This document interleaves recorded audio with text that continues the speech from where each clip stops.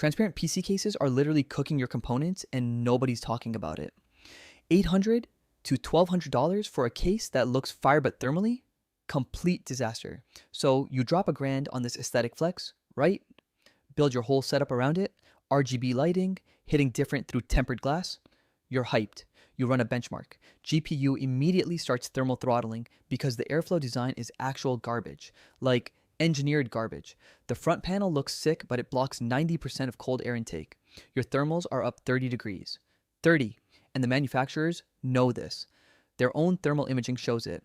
They're selling planned obsolescence wrapped in LED strips and calling it innovation. Basically committing a federal crime with sick aesthetics.